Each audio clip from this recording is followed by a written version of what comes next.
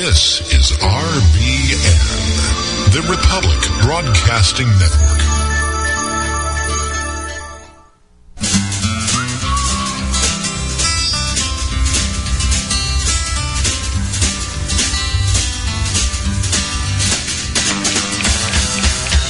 Well, good morning. You're listening to the Republic of Texas Radio. I'm your host, Steve O'Brien. And this is a perfect time to get into that little bit of a spiel that everybody likes to throw out every once in a while and tell you, once again, that, well, things you hear on this show from my mouth are, well, not necessarily Republic Broadcasting's opinions of the world, nor the guests, nor the opinions of other groups. They're mainly what I support. And, you know, I'll tell you exactly who I support as we go along. I support the Republic of Texas at thetexasrepublic.com. So you can go to thetexasrepublic.com and see what they're all about. But I'll talk about a lot of different things, and I'll talk about things that I don't support. Like, well, the corporate United States of America going around the world beating the snot out of everybody, killing, torturing, and being in constant wars. I don't support that. And let me make that perfectly clear. But I'm also going to talk about all these different disparate groups or, well, similar groups or, you know, whatever that are looking for freedom and independence in Texas. I got a couple guests for you today, and I want to get through a little bit of stuff before I actually bring on my first guest, and I'm not sure if he's waiting in the wings, but well, he might be. Let's find out. Yeah, looks like he's all set. He's in there. Let me just say this first.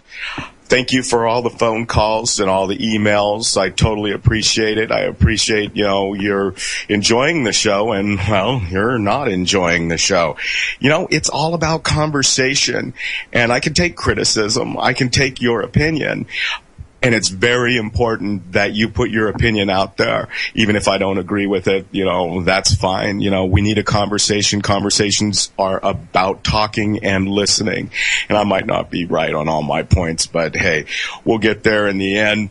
One of my main concerns, or, well, something that was echoed more than once to me this week, was all about the Republic of Texas. And it's, well, being quiet about the stuff that's going on with Doc Krupa and Susie Kamek. Now, it came across to me in multiple different avenues. I got phone calls and emails saying, hey, Steve, you didn't talk about this. This is important. I went, oh, shoot, you're right. So I need to talk about it. Dr. David Krupa and Susie Kamek, well, they were trying to save Susie's house through a foreclosure that was taking 9 years, and they filed a common law subpoena against a individual of Texas. I think he was a bank employee and so forth. And then also, and we've talked about this a little bit in the past, they also put a writ of quo warranto and whatever. I think it was a writ of mandamus, and you know, all those are legally terms, right? And I'm not a legally guy, but in the end, what they did was they took common law and came at it with statutory law. Now that's a live event, and it's going on right now in Kerr County as hundreds and hundreds of, well, civil employees are taking our tax dollar going after Susie Kamek and Dr. David Krupa. Susie, you know, how do we say this? Susie was going through a divorce, and her husband, well, screwed her royally by taking out a loan that she knew nothing about, forged the documents and all this other crap, and it doesn't matter. Truth and forgery, that's not a crime anymore, and, well, not in that case because we're talking banking. 9 years later, the banks have been going after her vindictively. Dr. David Krupa stood up, and he tried to help. Now they face some troubling times ahead. We'll be dealing with that in the month of August, because on August 4th, we'll be down in Kerr County, and we'll be watching the proceedings. And I have never seen a courtroom with so many nervous public officials in it.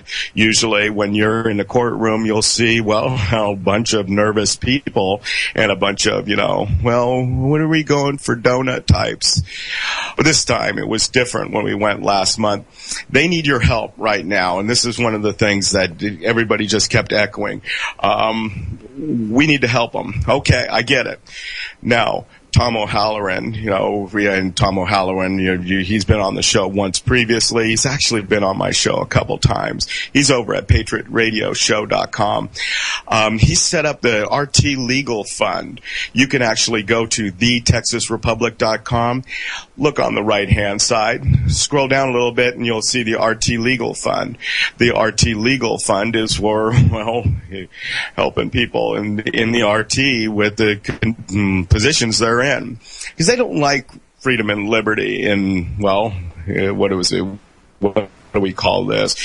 Slavery and tyranny mode? I don't know. What do you call the corporate United States of America?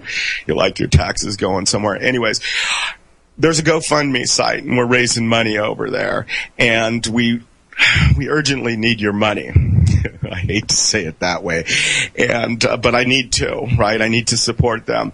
I try not to beg for money for myself. I want you to support all sorts of different things, right? RepublicBroadcasting.org. They need your support too. Thank you for Republic for fixing the phones. You guys do such a good job of doing maintenance and stuff, and I know it's a really hard thing, but at this point, I want to focus you over to GoFundMe.com. You can look up the RT Legal Fund. This thing needs to be paid because we find ourselves in statutory law dealing with common law, crazy things like, the U.S. Supreme Court says that common law works and it exists and so forth, and then the common law says, statutory law says you can't do that. Now they're both fighting together. And I think they're on the ropes. We'll see what's going on that. Meanwhile, there are bills. We all know the statutory law thing. We have these things called attorneys, or you call them attorneys, or, they're called a lot of different things. But they need to be paid. They want something. Honestly, their time is worth money. Your time is worth money. I'm all for that. But it gets expensive. So Dr. David Krupa and Susie Kamek are having to defend themselves against, you and me, because we pay the opposition against David Krupa and Susie Kamek. So they're defending themselves against, us. So our dollars go to hurt them, and our dollars have to go to try to help them. So if you can, go to GoFundMe.com and look up the RT Legal Fund, or go over to thetexasrepublic.com. Now, that hits my number one complaint from last week, and that's probably good enough for me. But we do need to keep focused on that, and I will keep going. I don't want to just do this all day. So, that's a great way to start the show, but a better way would be bring on one of the voices that I find so endearing to me in this world. His name's Alan Crutcher. Hey, Alan, are you there? I sure am, Steve. Hanging off in the wings here. Okay, sorry about that rant, but, Dr. David Krupa means an awful lot to me, and so does Susie Kamek. I kind of miss my ex-co-host. He's really fun to play with. Hey, they're good people. Like I said, I've met them. I can feel for them. Yeah, I know. We could help everyone out there who's in trouble. I know, and we're doing that. We honestly are. Just staying here and saying that that's wrong, that's doing something. Doing nothing is the problem. Exactly. That allows it all to just continue. That's worse than that. I mean, they love that more than the people that are, with them almost. Uh-huh. More stay them. Oh, my God. Hey, so I heard you read a little excerpt on your show, The Rantings of a Sane Man.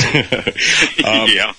That you were talking about your OPA, and that's kind of what got me to bring you on the air, because I love that old-timey thing. And I have some commentary on that after the fact. But I asked you to come on and, maybe read that little clip, that paragraph. Were you able to dig that up? Oh, yeah, I've got it right here in front of me. Well, I'd be more than happy to read it to anyone out there who wants to listen. It's as you know, it's this is a German community, in the Texas Hill Country here, mainly settled by German immigrants. And this little excerpt is on my Opa, which is kind of a German slang for Großvater. Instead of saying Großvater, you say Opa. Okay. And the name of this book is Our Way of Life. It's Voices of Gillespie County in the 1970s. This guy, Philip O'Brien Montgomery III, went around and interviewed a bunch of the old, farmers and ranchers around the area here, and just kind of compiled, a series of little articles and pictures of these old German immigrants, and sons and grandsons of them. And it's published by Shearer Publishing, which I don't know if it still is, but it was in Fredericksburg, Texas here at one point. Yeah, I remember that. Didn't Shearer Publishing have that old, what was that Pat's building? Dance Hall. The dance hall, Pat's Dance Hall. It's been many things in its life, huh? It has been. Well, anyhow, if you want me to, I'll go ahead and I'll read a little bio of my OPA here, and then I'll go ahead and just read the story. It'll take 15, 20 minutes maybe at the most. Okay, that's good. We've got for a few minutes, but I'll let you know when the break starts coming. Sounds good. All right, I'll just start off by reading my OPA's bio here. His name was Gustav Alfred Bassi. He was born in 1895, lived till 1994. He was grandson of an immigrant who became Fredericksburg's first Protestant pastor. He was born in Pecan Creek Community. Gus attended Pecan Creek's Log Schoolhouse preparatory schools in San Antonio and Austin, and Fredericksburg High School, where he graduated in 1916. During World War I, he served in the U.S. Army. Stationed in Baltimore, he was in charge of a munitions storage facility. Following his discharge in 1919, he returned to Austin to attend the University of Texas, where he was captain of the wrestling team and a member of the Tea Association, an organization for athletes who lettered in the sport. In 1922, he was among the first-class graduates to be awarded the university's Business of Bachelor Arts degree. That was the first graduating class of the University of Texas Business School. Drawn back to the land, he took over operations of the family ranch, which had grown from its original 160 acres to 1,600 acres. He married Coralina Abers in 1927, and after her death, Estella Tribes Kaiser in 1955. He was a trustee of the Pecan Creek School, as well as a member of the Browns Creek Schützenverein. Yeah, around here, folks, we got something called Schützenfest. It's the old Germans would go out and test their skills shooting 200 yards at targets with open sights. And that's coming up, too. You're right. Yeah, first and second. The main Schützenfest is coming up. The Gillespie County Fair Association, the Gillespie County Historical Society, and the Lewis Jordan Post of the American Legion. For many years, he served as secretary of the Holy Ghost Lutheran Church. Okay, I'll get into reading a little bio of this guy. He recorded this interview with my OPA. Okay, let's do it. I think I saw more change in my life than any other generation in history. And everything is still changing. That's the only way to look at it. And the thing for me and my generation and the younger generations to do is just get used to it. I've always been kind of naturally conservative. I'll tell you a little story. They almost poke at me. Back when I was 5, 6 years old, farm wagons was our mode of travel going back and forth to town. You know how an ordinary farm wagon is constructed. No springs to it, no top to it, just a wagon for hauling goods to town and home.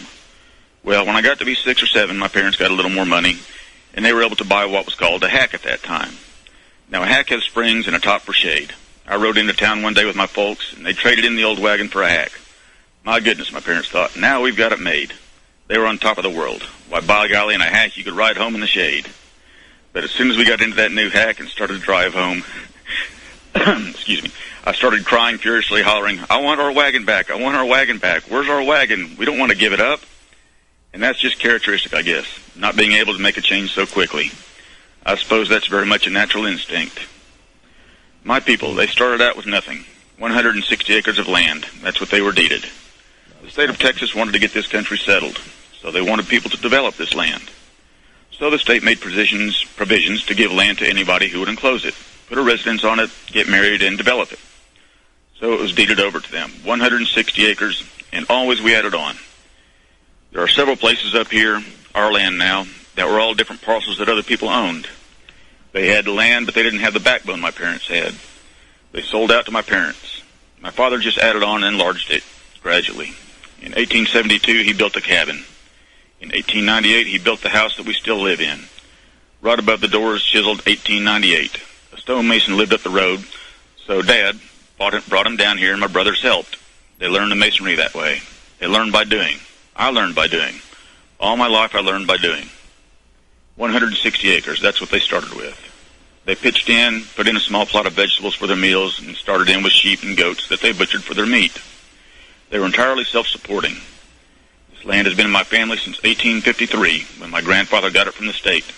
It was covered with scrub brush, unfenced, and constantly in danger from savage Indians. My family cleared the land, built fences, and made their lives here, just as I do today. I only wish that I had the resourcefulness, the ability to care for myself that they had back then. I remember very well what my mother, Carolyn Schneer-Bassey, said. We went to town once a week to get groceries, and we didn't carry a nickel home. Whatever little money they had, they spent for groceries. They went home, and that had to do them for a week. I remember my sister saying, I was 14 years old before I could recognize a quarter from a nickel. I left home for the University of Texas, going to become a teacher. Then the first war picked me up and took me out for 2 years. During that time, I got to traveling around and saw part of the world and what it took to make a living. I got a discharge in Baltimore, so I just worked up there. During the weekends, I traveled around looking at the country and just doing about anything I could get a hold of. I made trips to Philadelphia, New York, and all the big cities, but I couldn't get used to city life. I just had a feeling in my mind, isn't this a narrow life? Not much opportunity. I grew up a country boy working in a cornfield. I had an ambition of going to school, getting me a teacher's certificate, and going off to teach in the big city. But I felt that congestion and tension, and well, for a country boy, it didn't suit me. I went back to school in Austin. I decided that I didn't have enough brains to be a first-class teacher, so I was looking for something else. I insisted on finishing my degree. That had always been one of my ambitions. None of my other brothers went to college. My dad put it to me very plainly. We have 7 in the family. I don't have the money to put you or any of the others through college. If you decide to go, then you've got to paddle your own canoe. So I took a few classes and picked up outside jobs and just worked my way through college. I had a $265 debt that I had earned as I went along, so I had to live close and save pennies. In my 3rd year, I noticed that my dad had a lot of work on the ranch, and I could do if I was willing to bend my back. I decided I wanted to do that kind of work, so I started helping him out. In 1922, when I finished my college, I came back home and started out with my brother. I started at the bottom, just going alongside, doing whatever, whether it be cattle, hauling the hay, shearing the sheep, or plowing the field. I just did everything that come along and didn't regret it, because I think really and truly this is the most becoming type of life, the active life of any of them. My life was much different from the average boy's life. I grew up here and just helped my parents operate the place and did whatever was necessary to do. Never did any outside work, just related to this place. We got up in the morning and our parents sent us to the fields to do farm work. That was all hard work, with horses and mules and very primitive tools. It's changed so much now that the standard farm tools have gone out. Double-row tractors are no longer used. You can hardly buy a small tractor, which is practical on a farm like this. A tractor that costs $12,000 doesn't pay to operate on a farm like this. The ranch and farm people have found it necessary to abandon farming and graze their crops instead of raising them. You can't imagine what life was like out here in primitive days when we went to town once a week to do business, and a trip to town would take us all day. Now 40 miles an hour is my cruising speed, and it takes it half an hour to go to town and about that much to come back. But in those days, the first thing in the morning, you had to get up early and round up the horses in the pasture and get them hitched to the hacks and drive into town. And you had to be in a hurry to be in town by 11. You did your shopping in 2 or 3 hours, and by that time it was time to start on the trip back home. We did that once a week just to get groceries. Back then you could drive all the way to town and there were no fences up. We lived entirely on what we grew on the farm. During the summer, the garden was kept in shape, and always during the summer we lived out of the garden. After the growing season was over, well, you just didn't have any vegetables. You had to wait until spring came along. We canned and dried food to have through the winter, and in the cold weather, Father used to dry spare ribs. Most of the meat that we put up in the wintertime was pork. The rib sections and the bacon was trimmed off the bones, and the bones were salted down in brine, and that kept indefinitely. Farm animals like horses are not used at the present time because most of the ranches have their cattle trained so that they can be caught. It used to be that cattle were wild, and if you wanted to round them up, it took a good bunch of hands to get them in the pen. You could almost say that this countryside is completely different than it was when my forefathers settled here. Much of this land used to be more prairie and less cedar and brush. But it has been fenced and grazed, and the cedar is spread, along with other types of vegetation, until now it is really quite different than it used to be. The cedar trees spread so rapidly and continuously because the robins eat the seeds and then drop the seeds while they're sitting in the branches of the oak trees. I've made it my personal mission to keep the place free of cedar. I hear the music. Yeah. All right. Hey, folks, hang in there. We'll be right back. couple minutes. Best intentions, I wish I'd paid attention. It's like you said, it's in my head. We can run circles till the morning comes. When it does, I know it's on. It's you and I wouldn't miss it for the sun. HempUSA.org has a revolutionary wonder food for detoxing the body and rebuilding the immune system. Microplant powder can help unclog arteries and soften heart valves while removing heavy metals, virus, fungus, bacteria, and parasites. Plus, it cleans and purifies the blood, lungs, stomach, and colon. Keep your body clean with Microplant powder. Order today at 888-910-4367 or visit HempUSA.org. Come to Finca Baiano, a small community in Panama, which is being established for people who believe that a future crisis may be difficult to survive in North America after a collapse of the system. Go to bugoutpanama.com for more information. There is limited space for 100 people only. Go to bugoutpanama.com to immigrate as long as you can. Prepare. Don't despair at bugoutpanama.com. Dr. Joel Wallach, author of the famous health lecture Dead Doctors Don't Lie, presents his newest book, Epigenetics. Epigenetics is required reading for the very survival of Americans, and yes, all of humanity. Modern man has bet on the wrong horse to save them from disease and pestilence. The medical system has failed us fearfully. Join the health revolution. Buy Epigenetics today and receive a free membership to purchase all the products that Dr. Joel Wallach formulated at wholesale prices and receive a free CD of Dead Doctors Don't Lie. All this for only $25 plus shipping and handling. Call 888-311-4311. That's 888-311-4311. Again, that's just $25 plus shipping and handling. And you'll receive the new book, Epigenetics, a free membership, and a free CD of Dead Doctors Don't Lie. Call 888-311-4311. That's 888-311-4311. Corporate media dominates the American opinion. Finding independent voices that counter this avalanche is becoming increasingly difficult. With the endless corruption running rampant throughout our government, independent voices are needed more than ever to battle the offensive against our freedoms and liberties. As a listener of RBN, no one understands this concept better than you. Now it's up to you to do your part. The time has come for you to take action and begin broadcasting the truth to hundreds or thousands of people every month. Sound impossible? Quite the contrary. With pointed slogans from LibertyStickers.com, you can reach countless sleeping Americans unaware that they live in a real-life wonderland. LibertyStickers.com has a huge inventory of political bumper stickers and messages that reflect the truth about our government, our politicians, and the future of America. With so many in stock, there's one perfect for you. Visit us today at LibertyStickers.com. Again, that's LibertyStickers.com.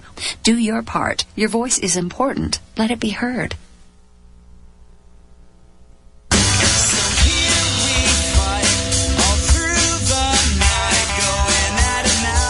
Okay, we're back. You're listening to the Texas Republic Radio, or the Republic of Texas Radio. Sorry, slipping around. I got Alan Crutcher on the line, and we're talking about, well, Gillespie County and old Fredericksburg and Texas in particular, kind of different mindset of, well, the people that lived in the late 1800s, early 1900s. And Alan, I'd like to finish off that little clip. So we got a few more minutes before the next break in the bottom of the hour. Are you ready? Sounds good, yeah. Where I left off, we was talking about how the land was changing. I've made it my personal mission to keep the place free of cedar. I just keep after it, cutting a little every time. My nephews around here, they make $4 or $5 an hour. They don't have time for it. They say when it gets too big, they'll bulldoze it. Lately, I've tried to reintroduce wild turkeys to my land here. They have been nearly exterminated because the hunting pressure was so great. So I raised some which I purchased. They have raised young, and they stay in this area. They've done well. And remember this, folks. I take great satisfaction knowing that they'll be here for future generations. So many aspects of ranching have changed. Take, for instance, my horse. It takes a lot of time and a lot of care to keep him trim.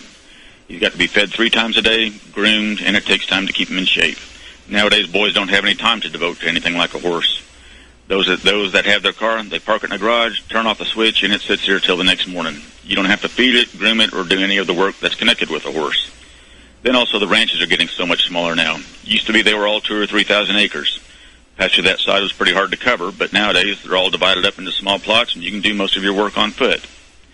You get some idea how the cattle business has changed. Back when I was young, if we had some fat cattle to sell off, well, we collected them in a bunch and took them all the way down to San Antonio because that's where the market was. That was a week's trip. We went in bunches with traders that were in that business. The traders bought the cattle here and drove them to San Antonio and sold them on the market. Nowadays, we have an auction ring here in Fredericksburg that has developed in the last 10 years, and we sell all our cattle here. If we decide to sell some cattle, we prepare our truck and put them in a pen in the evening, and next morning we get up, put them in the truck, and in less than an hour we have them in town.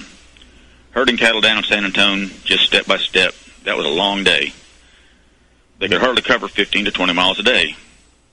I worked with my brother in that business. We'd buy cattle up here and sell them down there. If we could get $2 more a head per head in San Antonio than it cost us here, why, that was a good deal. And if we had 100 or so in a bunch and made $200 a week, why, that was a fortune at that time. Nowadays, it's entirely different, an entirely different situation. That was in 1910, 12, 13, 14, along in there. That's the thing I regret very much, that a lot of the younger generation hasn't got any idea of the hardships that people had. Oh, how much better we have it now. Nowadays, people talk about the good old days, such and such and such and such. Well, those times were pretty hard. Yet at the same time, people were more at peace with each other. They didn't have as much crime and as much rivalry, and they had a hard time making a living compared to what we have now. Now we do things that were unthinkable in those days, and we're just throwing away all those convenience that we have and enjoy and working into a position where sooner or later some of our standards of living have got to come down. People don't realize what a heaven we have compared to those days. We are living in heaven, but a lot of people don't believe it. They think, well, we got a hard time. We got to work 8 hours a day, and we're not getting as much as our congressman up there in Washington, who gets $50,000, $60,000 a year. We're just working for nothing, and we're somebody else's slave. That's the attitude that a lot of people take. Just think if we had to revert to those days. But that will never happen because things are changing, and we're all looking for great progress. But the progress that a lot of people are aiming for now, I think it's really an impossibility. A lot of standards that we're all striving for will not survive. Progress, that's necessary. But a way of life, I can't see how it's going to continue. What's going to happen right here? Mexican workers are going to take over all this country. They mend fences and work the fields. In the future, that work is going to be done by a different class of people than we have here now. It's all going to be Mexican hired labor. On a ranch, we're on the go all the time, and the Mexicans are the only ones willing to do that still. I have a grandson who wants to ranch. His parents bought him a car for high school graduation, but he can't make enough money at ranching to even pay the repairs on that car. In 1 month's time, he wouldn't have anything to eat. The cattle or the sheep that he raises now, he can't realize anything from those until a year from now. By that time, how's he going to make a living? How's this ranch land going to be operated is a puzzle to me. We have capitalists from the big cities who are crazy to own a piece of land. They'll pay $200 or $300 an acre here. And really and truly, in productive value, the land isn't worth $30 an acre. So they take over a place, and they can't operate it productively. They just hold it as an investment and pay the taxes and use it to lower their income tax. I've got neighbors up here about 2 miles away. They work in San Antonio. They have 200 or 300 acres of ranch land, but they don't know anything about ranching. They just turn a couple of cattle out to look at. That piece of land does not produce anything to support our community, and that sort of thing is growing. Segments, couple minutes in between. Let's come back and finish this off on the other, the bottom of the hour, or the top of the bottom of the hour, or the bottom of the bottom of the hour, or whatever it is. Be right back, folks.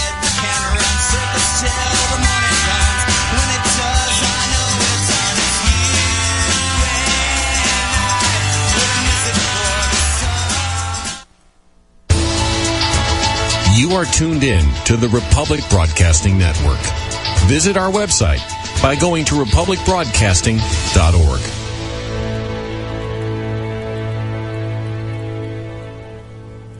Recent events have shown just how vulnerable we are to deadly viruses, bacteria, and fungus. These diseases are all caused by infectious pathogens that often get the upper hand on conventional medical treatments. Now more than ever, there's a great need for a product that will help protect us. Look no further. Supernatural Silver can provide immune system support to help fight off these deadly pathogens. Supernatural Silver is a new and vastly improved type of silver solution that's safe and extremely effective against 143 types of bacteria bacteria, both forms of viruses, mold, and yeast. Supernatural Silver can be taken orally or used topically and can be used in a nebulizer or vaporizer for inhalation. With over 180 scientific studies by independent universities, hospitals, and research institutions, Supernatural Silver is a powerful weapon against disease. Go to supernaturalsilver.com and use the promo code SILVER2014 for 20% off your entire order. Give you and your loved ones a fighting chance with Supernatural Silver. There are many water filters to choose from, but there is only one system that is consistently customer rated 5 stars as the #1 system for effective filtration of fluoride, radiation, drug residues, heavy metals, a wide range of radioisotopes, and more. Introducing the Pure Effect Ultra, the next generation water filter that also raises alkaline pH, improves antioxidant potential, and has advanced anti-radiation technology, all while using no electricity. Sold worldwide, it provides virtually instant clean water on demand. It is not made in China, and the shipping is free to all 50 states. Buy your Pure Effect Ultra today by visiting pureeffectfilters.com or call 888-891-4821. Again, that's 888-891-4821 or visit pureeffectfilters.com. Extend your life with Extendovite. Extendovite really works. Here is what people are saying. I have a testimony about how wonderful heart drops are. I ended up at Mayo Clinic, just had an awful time with angina and related problems to my heart problem. I remembered that I'd run out of heart drops and had reordered. And when I started taking them again, all these problems went away, and I just wanted to say how great these heart drops are. I'd recommend them to anyone. I had my last heart attack in August, and I was having some form of angina pain pretty well every day. And then since I started taking it, I haven't had any angina pain at all. You know, I'm satisfied. To get your Extendovite, call 1-877-928-8822 or visit heartdrop.com. Extend your life with Extendovite. Dr. Joel Wallach, author of the famous health lecture Dead Doctors Don't Lie, presents his newest book, Epigenetics. Epigenetics is required reading for the very survival of Americans, and yes, all of humanity. Modern man has bet on the wrong horse to save them from disease and pestilence. The medical system has failed us fearfully. Join the health revolution. Buy Epigenetics today and receive a free membership to purchase all the products that Dr. Joel Wallach formulated at wholesale prices and receive a free CD of Dead Doctors Don't Lie. All this for only $25 plus shipping and handling. Call 888-311-4311. That's 888-311-4311. Again, that's just $25 plus shipping and handling. And you'll receive the new book, Epigenetics, a free membership, and a free CD of Dead Doctors Don't Lie. Call 888-311-4311. That's 888-311-4311. Okay, we're back. This is the Texas Republic Radio Show. I'm Steve O'Brien, and I've got Alan Crutcher on the line, and he was telling us about his OPA. Now, I really would like you to hear the whole thing. And actually, republicbroadcasting.org has the archive up. And so, you know, after the show, you'll be able to go over and take a listen. Now, it's very important that if you get the full context of what was written about Alan's OPA, you listen to the whole thing, because what we were hearing was, well, somebody actually took the time and wrote down the thoughts of a person, a human, an individual from a different time. And he talked about the changes in his time. He talked about, quote, quote, progress and how it must go. And hey, I think that sounded like a little kind of weird term, you know, whatever. It's definitely not mind control, but was it? Who cares? So you can go to republicbroadcasting.org or rtradio.org and, you know, hear the archive if you missed part of this whole thing. But we're going to continue on. I also have John Jarnecke on the whole on hold at this moment. But I want to finish off. I know we're coming towards the end, Alan, but I would like to bring some closure to, that whole little section. I'm trying to read as fast as I can and still make it legible. Don't worry about reading fast, man. Just continue. Well, he starts to comment some on the political situation that he sees coming in now, and some of the comments that he made. I'll go on here. People from the cities are buying up the land. Many just want to retire. That's the trend now. The government now says that if we transfer our land to our children, then the internal revenue is going to figure that land at market value. And if we pass it over to our children at that price, well, the income tax will be so high that they won't be able to keep it. That's an impossible situation for them. They have to give up 70% inheritance tax and value the land at market value rather than productive value, and that's going to lead to impossibilities. I've given a lot of land to my children out of foresight. I started 10 years ago in use of that $3,000 gift tax. Oh, the $3,000 gift, that's in the law. It's got to be on the books, and I got to pay the taxes so that it shows up as a bona fide transaction. Last December, they made a drastic steps in increasing income tax just to avoid the inheritance tax. I transferred quite a bit. I just closed my eyes, transferred it to them, and paid the gift tax. I want them to have the ranch. The things you work for all your life you don't want to give up. You want to give it back to the government? Well, that's just socialism, and that's hard to adjust to, but I'm trying to take that attitude. I think that it's inevitable, the way things are going, and I'm trying to adjust to it. But I see things changing around me, and they're changing fast. It's so clear to me that our free enterprise system is in trouble. The rich are getting richer, and the poor are getting poorer. That's what I tell my grandchildren. I don't want to be preaching pessimism or anything like that, but I tell them to be looking out. Our free enterprise system just can't go on. You take every old civilization, and I think it's just a coincidence with civilization, but as soon as it gets concentrated, they've got to get more socialistic. We have to recognize the rights of the next man, and that's what socialism means. Look, just for instance, at the history of the German Empire in the 19th century, the early 19th century. Why did the immigrants leave over there?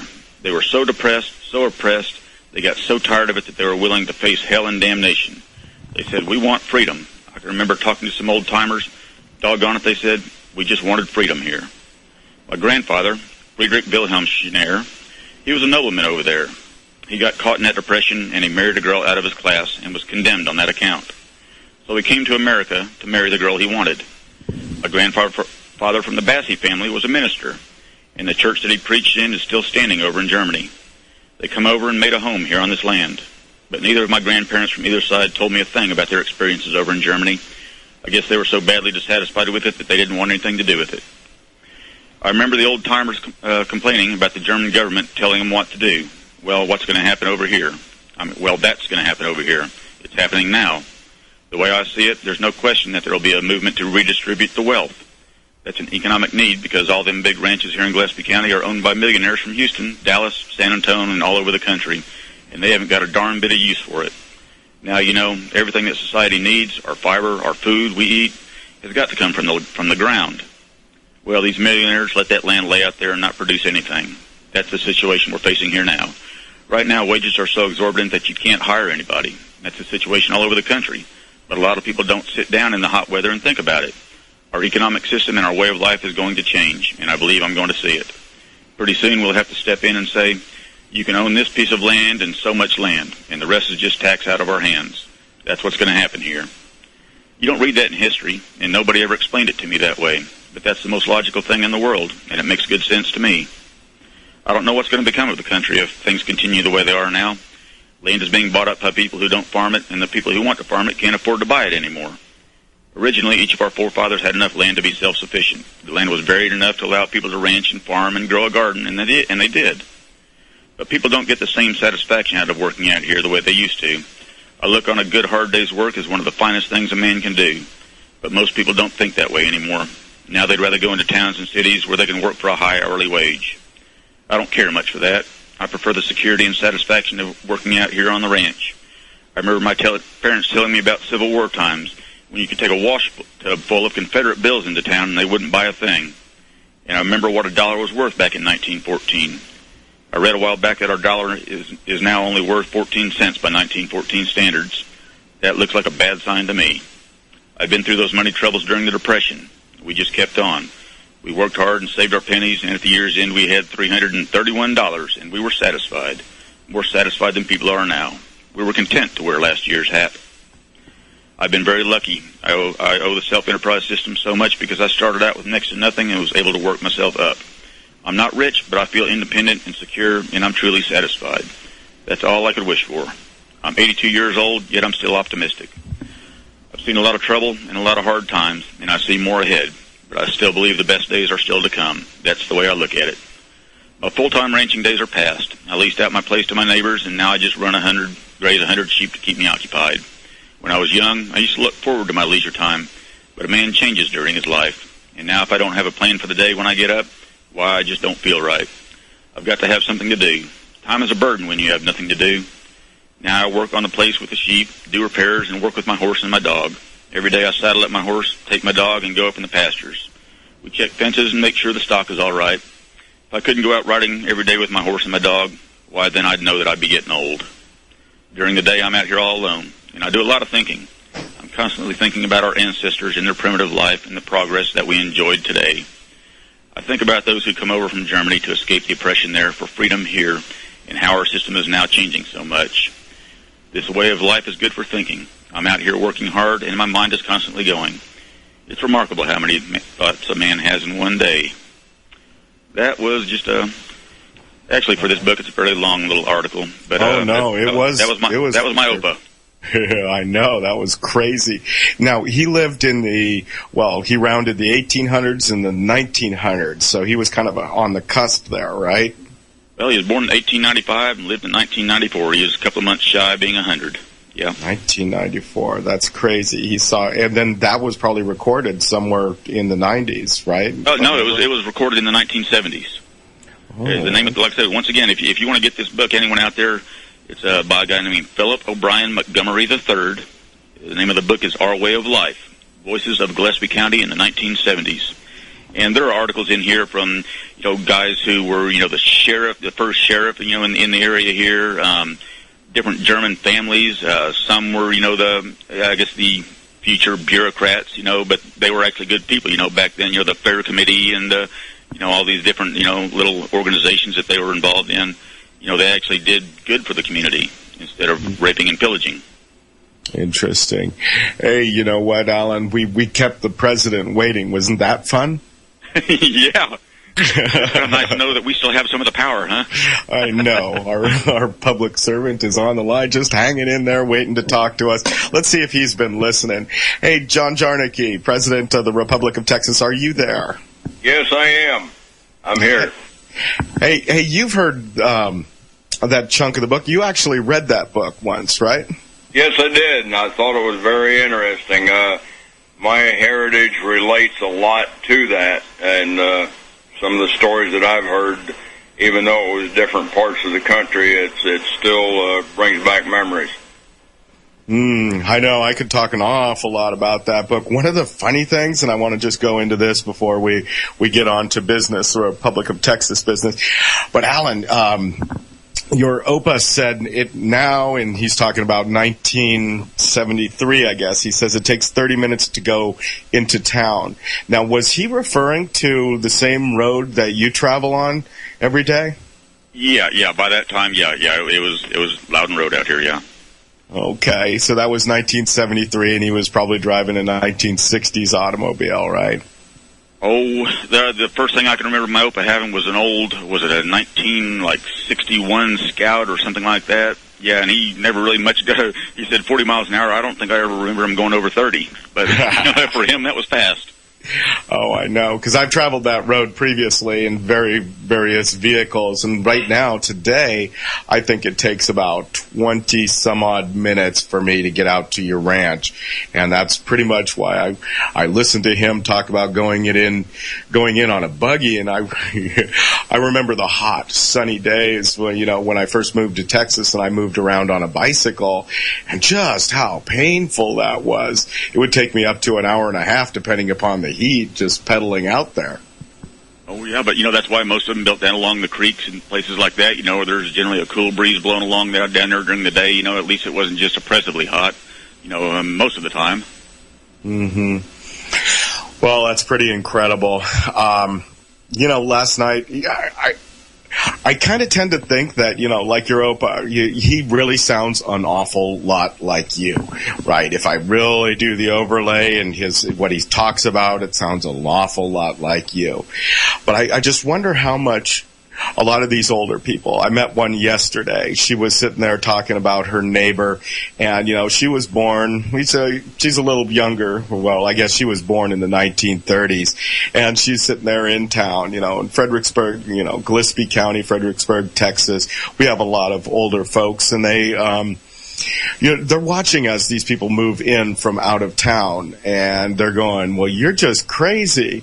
And so she was complaining about her neighbors moving in a little storage unit and putting in the yard, and she was telling me it looked like a double outhouse and all this other crap and stuff. Sorry, RBN. But she was telling me all this other stuff, and then she's sitting there going, well, I wonder if that's up to code. I better call on Monday and find out. Does that just infuriate you? Yeah, I just went, you're supposed to be the, hardcore, old, staunch German personal responsibility, but maybe she was raised in the 30s, right? That's after your Opa's time, and he didn't, I guess so he came around into bumping right into socialism as they started rolling out these social programs. Right. And she was part of it. Well, my mother was born in 31, my uncle in, 28. So, and it's somehow my mother managed to instill, these, what I consider still, good morals. You care for your neighbors, you take care of your neighbors, you actually, care what they do. You don't call 911 and complain on them. If you have something to say to them, you go and you confront them, and then get the situation settled one way or another between you. Mm-hmm. It's strange down here. You drive along the road down here, and a lot of times, you pass someone, they'll wave at you, and that's very strange. Or you're going along the highway, and you're not doing the speed limit because you got time, and you're just piddling along. They'll pull off to the side on the shoulder and let you pass them if you're doing the speed limit or have somewhere to get. First time I brought people down here, they're like, "What is that guy, drunk?" And I said, "No, he's courteous." Wow. People just don't understand courteous anymore.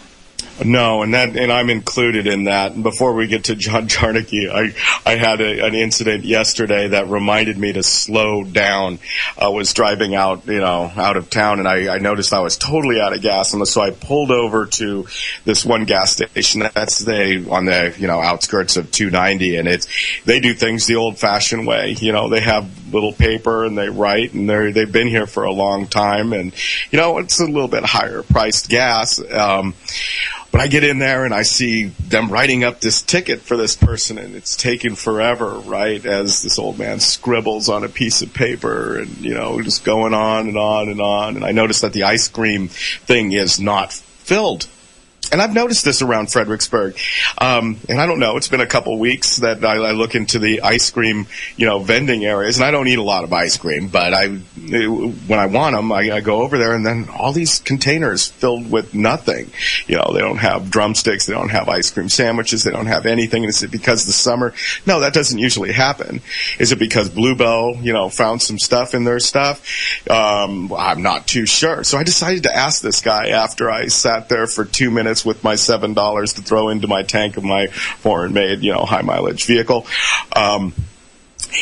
I sat there and I said, well, calm down. You just go through this. And then I gave him the $7 on this number. And, hey, what's up with the ice cream?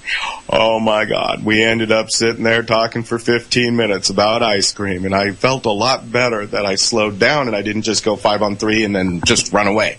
Right. So I like that, but I'm not trained to deal with that. Yeah, it is a whole different, society in this area. That's why I moved back down here, and, I was hoping that it would kind of be this way, but I've kind of found out that things have changed a whole lot more than what my Opa would have even ever dreamed of, I think. Sorry to run over your time there, President Jarnecke. What are your thoughts? You ready to get to business, or you want to talk about what we've been dealing with? No, I can go either way. It really doesn't make a lot of difference. As I said, after reading the book that Alan's grandfather had written, I can relate to a lot of it. my great-great-grandfather was mustered out of the Army in 1865 in San Antonio. So I certainly have, the same type of connections. He came from Germany in 1858. So, yeah, it's all related in our heritage. Definitely. It seems like it. I don't know how everything's connected. Hey, let's go back to next week. And, Alan, if you want to just hang in there, ride shotgun why don't you hang in for the rest of the show? And we've got some stuff coming up at the top of the hour. I want to talk Jade Helm in Gillespie County and Fredericksburg. And is it not happening? Is it happening? What are you seeing?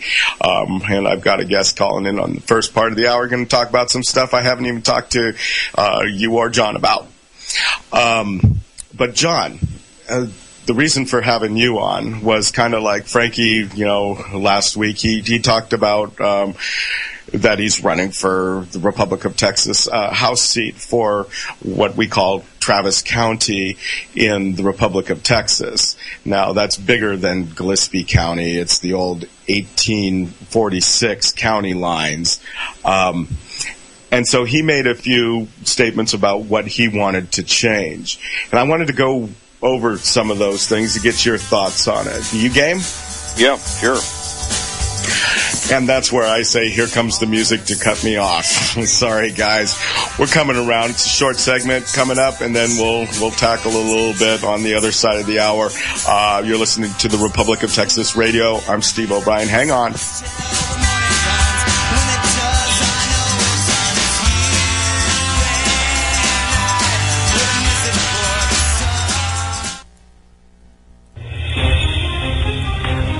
Your money. What is it worth today? A $100 bill in 1913 is worth only $2 today. So now, your money is just about worthless, and the Fed will continue printing more and more of it.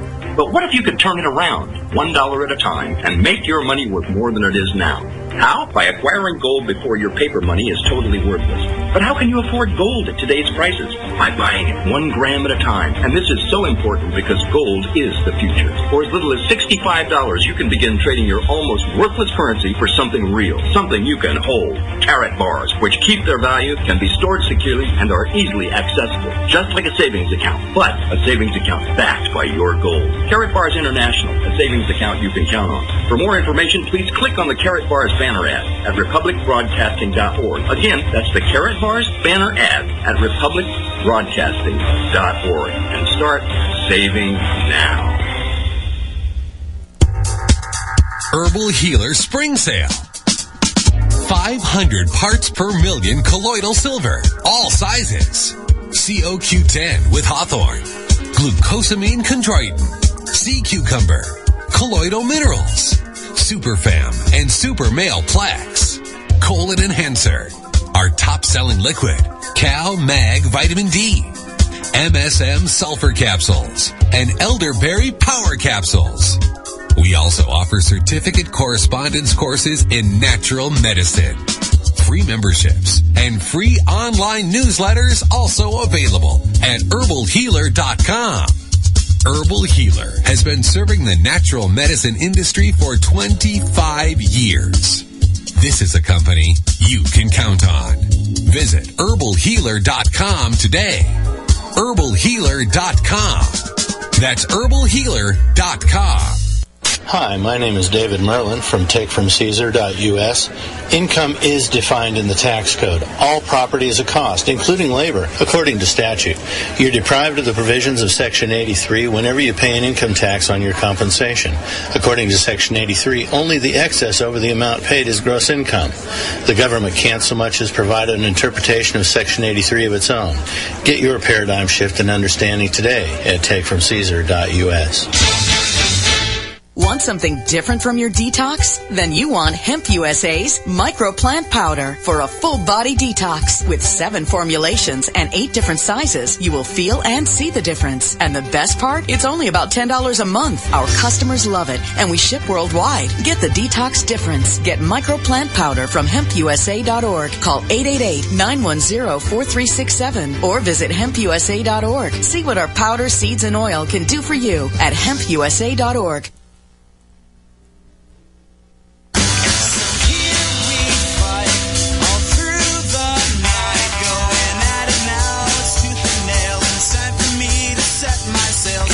You're listening to the Republic of Texas Radio, and as usual, we're running behind schedule. It's, Sunday, July 26th. I'm your host, Steve O'Brien. I've got Alan Crutcher and President John Jarnecke on the line. We were talking a little bit about Texas, a little bit about Gillespie County, and we're now talking Republic of Texas business. We got a quick segment, guys. Maybe we can bump this a little bit onto the other side, but last week, we talked to Frankie Neto as he, unveiled the fact that he's going to be running for a House seat. And a House seat kind of like helps to govern the Republic of Texas as it works for Texas independence.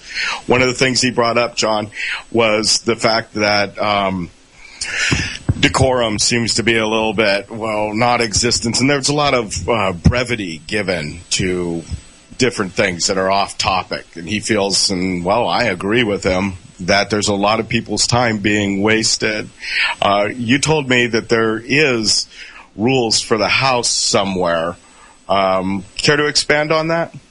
Yes, there was a document that was put together many years ago on the rules and procedures for the House and the Senate, and I have a copy somewhere of the Senate rules, since I used to be in the Senate, and I know that there is House rules also. When it's brought to the attention of either the House or the Senate, they seem to follow along pretty good for a couple of months, and then it goes back to business as usual, unfortunately. None of us that are a part of this governmental organization we call the Republic of Texas has ever been in a government position before. So it's totally a learning experience, and you've got to give a little leeway as we are in the learning process of how to do it right. Mm-hmm. But, if you practice something enough, it eventually becomes second nature, which I feel that the rules of order and that type of thing need to be practiced as much as possible. When it comes time for granting of our independence in Texas, there will be visitors from other countries that will want to sit in our or observe at least our political process that we have going. And if we don't go with putting our best foot forward as best we can, they're liable to go back to their own countries and say, okay, these guys are either they've got it all together, they know what they're doing, or they're a bunch of goof-offs and go on and forget it. So we need to practice as much as possible and try to get our proper decorum together. And that's part of what we're doing here today is, like when my son does something he's not supposed to, I say no, right? And, this is a voice. I'm a voice. You have a voice, and I'm saying no. Frankie will be my voice if he gets elected to the Republic of Texas House seat, this coming September, and he will stand there and say no for me because I give him permission to do that, and if he doesn't do what I ask him to do, I will come to, anybody in the Travis County jurisdiction and say, no, we got to recall Frankie. So, yes, it's a learning process. We got to get through it. Hey, let's hit the next point on the top of the hour because we're at the bottom of the top of the bottom of the top of the God. You're listening to the Republic of Texas Radio. I'm Steve O'Brien. Be right back.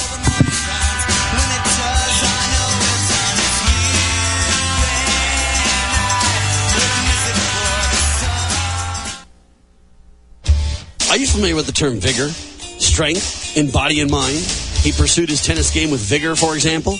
Well, I hadn't, but I learned about it from Kurt Crosby. All right? And he actually let me take a scientifically proven free vigor test. And I got 13 out of 32, not very good. But I worked on it with him, and believe it or not, now I have a 29 out of 32 and improving vigor score. You say, Sam, what on earth is this scientific vigor score, huh? My response is you got to take the free test, available now. Get a hold of Kurt Crosby to learn about it. The number's 801-669-2211. That's 801-669-2211. Or email Kurt, C-U-R-T, at LibertyRoundtable.com. That's Kurt, C-U-R-T, at LibertyRoundtable.com for your free vigor test today. Kurt, LibertyRoundtable.com, or 801-669-2211. Vigor test free, scientifically proven today.